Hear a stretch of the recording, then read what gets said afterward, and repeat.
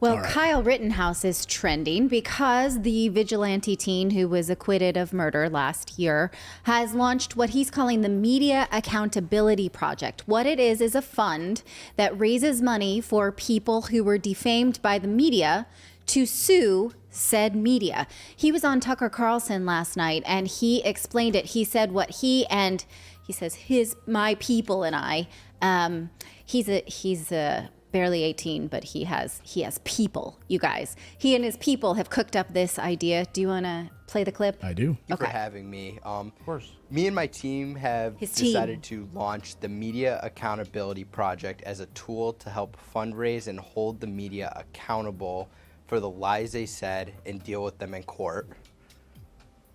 Interesting. So the idea is maybe like the Covington Catholic kids, you will be suing news organizations that maliciously lie about people who are in the news? Is that the plan? Yes, sir. We're going to be holding them accountable, Tucker. Do you, I guess I have to ask a kind of a dumb question, but why isn't there a group like this that exists already, since the media so often are not observers, they're players, they're participants in the news? Why hasn't someone done this before? That's a good question, Tucker, and I'm not sure, to be honest, but I don't want to see anybody else have to deal with what I went through, so I want to hold them accountable for what they did to me, because I don't want to see anybody have to go through what I went through. Yeah, they tried to imprison you for the rest of your life. It wasn't coverage, it was advocacy. You have a lot of potential targets to sue yourself. Will you be suing any of these news organizations, and if so, when? Well, right now we're looking at quite a few politicians, celebrities, athletes. Whoopi Goldberg's on the list. She called me a murderer after I was acquitted by a jury of my peers. She went on to still say that. And there's others. Don't forget about Sank from the Young Turks. He called me a murderer before verdict and continues to call me a murderer. Interesting. So, Tucker's like, just real quick, am I on that list? I'm in the media here. When Tucker asked him the question, why hasn't this been done before? Like, I know Tucker very well. I know why he's asking that question. Because he already knows the answer to that, which is we live in America.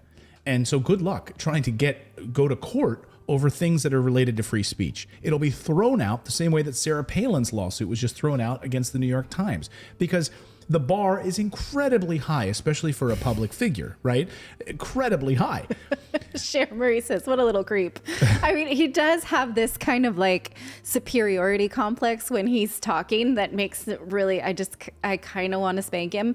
But I understand what he's saying is that the media framed his case as if he was this vigilante hater of black people who went out to kill black people. And they framed his case in a way that wasn't necessarily true, right? But at the same time, people were murdered, right? He fired his gun, people were shot, and so truth is an absolute defense in defamation cases. So Whoopi Goldberg can say that people were murdered. She absolutely can. I can say it too. I'm not saying what his intention was, whether you're for this or not. The media and everyone else has a right to say. And so I would like to see him sue Whoopi Goldberg, because her motion to dismiss would just say truth is an absolute defense. And she did not have the intention to slander him. Maybe she did, maybe she didn't. I'm not saying that. But this is America where free speech is premium. I am on the side of Edward Snowden on this one. I agree with Edward Snowden on this one. You agree with Edward Snowden on pretty much everyone. I really do. I do too. There's very little that I disagree with Edward Snowden on, and he disagrees with Kyle Rittenhouse on this, and he thinks it's damning. Actually, here's what he has to say about this, and so does Glenn Greenwald. Actually, Edward Snowden says a free press can be good or bad, but without freedom, the press will never be anything but bad. As someone called worse things by bigger names, lawsuits against newspapers over hurt feelings and even false claims are not the answer. Won't fix people, but will harm rights. So what he's saying is, and I think it's very important, is that it's not going to fix the reporters like that you might not like because they called you a nasty name. What it's going to do is it's going to maybe create new precedents within the courts that will actually make the media like a further extension of this horrible government, which controls everything as it is and already. And so we have a free press. By putting in court movements in this way, you're basically limiting freedoms. You're taking even more freedoms away. And the press will even be worse than maybe they already are. It is really hard to win defamation cases for a reason. And so you can start your own little fund and start suing people if you'd like, but you're not actually changing the laws. So if he wants to change the laws, he should do what our friend Gretchen Carlson did and go write new bills. Present them to Congress. If he thinks that you should not be able to say these things, that whoever that musician was it that said, called me a murderer and continues to do that, well, then you can write new laws if you'd like and see if the people support that. But to just keep litigating as punishment is not necessarily going to change society. What were you going to say, David? I was just going to say, I think the little difference in this case is the fact that now, this kid's life is pretty much, unless he goes into some kind of media position or something, his life as a citizen is pretty much ruined. He's not going to be able to get a job anywhere. He's not going to be able to have the life that he could have had he not been labeled a murderer by so many people. Because now, even in this chat, you have people defending. To get involved in stuff, it's really hard to. He picked up a gun and took on something he shouldn't have. And so I don't have sympathy for him not being able to otherwise lead a normal life. Look at Monica Lewinsky. She was able to make lemonade out of lemons. Let's look at the motivation by this fund. Let's try to keep it on track here with this motivation on this fund, right? So this order to raise money, to me, it's the same way that President Trump wants to raise money, right? To overturn the election, to hold the election truthers out there accountable, which is just his way of basically paying off all these lawsuits and raising money for his own way of living down at Mar-a-Lago. And who else would care about Kyle Rittenhouse? He is now a celebrity, right? So you can feel sorry for him, but you can also see the inverse of that. He's now a national public figure. He'll always be able to fundraise. He will always be able to get a speaking job. He will always get entry into a lot of different places. So I'm not going to join you in any empathy for this guy. Yeah, I do because he's a kid. I mean, I have the empathy because he's a kid. And the thing is, the people leave out the fact that the reason he went there with the gun was because people were smashing business, and there was an old guy that was trying to put out a fire. This is like a 70-year-old man or something trying to put out a fire that his businesses had somebody lit on fire. And then when he was doing that, they came up and hit him in the head with a rock and crushed his face. The BLM protesters. And so that's why they got together and went in there, was to protect the businesses, because the cops weren't. So I understand but he's now stepped into public figure. He didn't have to. Yeah, no, I agree with that. And he's chosen this, right? And so now he got thrust into the public figure. He didn't. He's staying there. He's making the choice. Well, he doesn't have a choice. There. I don't think he has a choice but stay there. He doesn't have to sit in and make a fund. He doesn't have to go on what's he going to do then? Carlson. He can't go get a job. He can fundraise. There's a lot of things he can do. But he can only fundraise if he's in the public eye.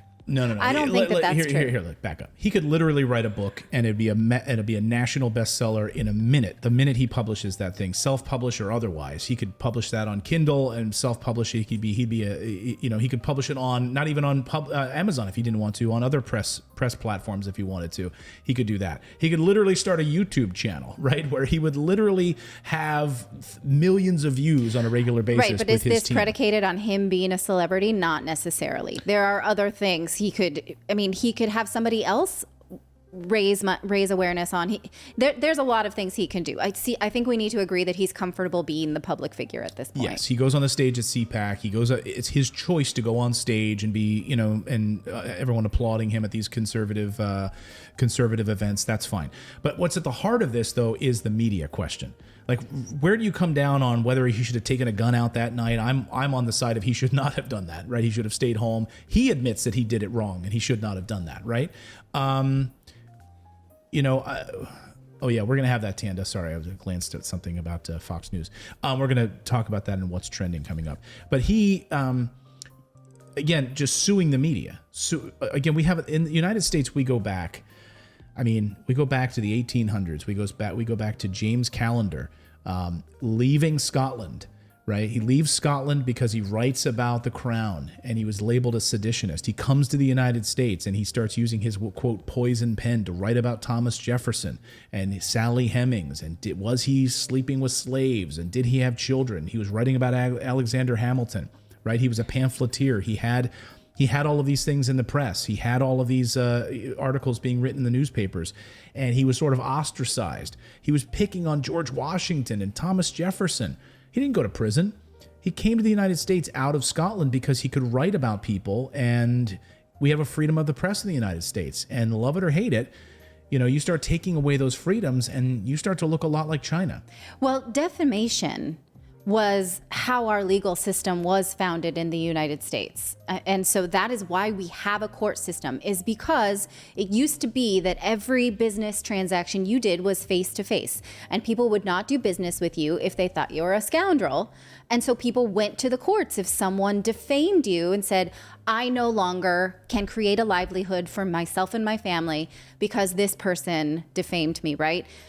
Kyle Rittenhouse now can make more money than, let's be honest, than this kid was ever going to make, partly due to the defamation. The defamation is not costing him anything. It is giving him something. So who is like-minded, like Kyle Rittenhouse, who is being harmed by freedom of press? I think that's the information that isn't it the press's responsibility, though, because what happens with our media is they hype things up, they make things that they're not. They should have never been out there calling him a murderer until the trial was over.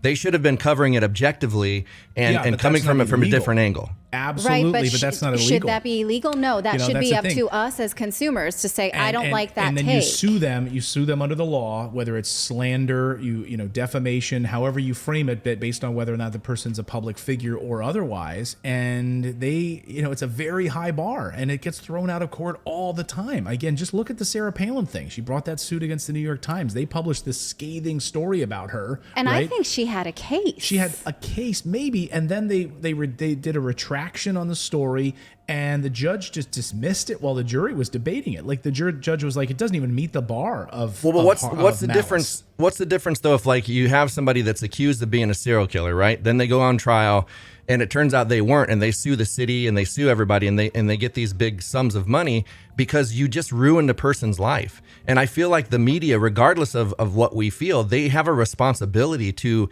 make sure that we're informed of the real information. That's what they're supposed to do. They're not supposed to be giving their take on it. No, I think that we are. I just go back to James Callender, 1800s. Or go back to go back to being a pamphleteer in the early 1800s or late 1700s in the United States. We have a long history of people foisting their opinions on people. Like that's the United States. Love it or hate it. I mean, I guess come down to it, it's sort of like the Larry Flynt movie, People versus Larry Flynt, right? Yeah. Like you don't. That's the thing in the United States. We're here to protect speech you might not like, right? Because at the end of the day, that's why.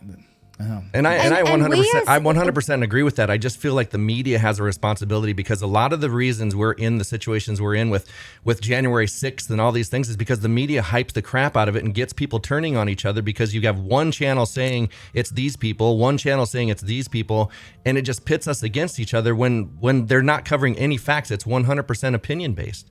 And I feel like we should choose our channels then accordingly. You don't have to watch Whoopi Goldberg if you don't like the way she's covering it, but I do think that we have to stand for her right to say those things. Right, but then as a society then we're not getting news anywure. If we're going to these news channels, and we're getting all this hyperbole, like we don't have news anymore. They should cover things objectively.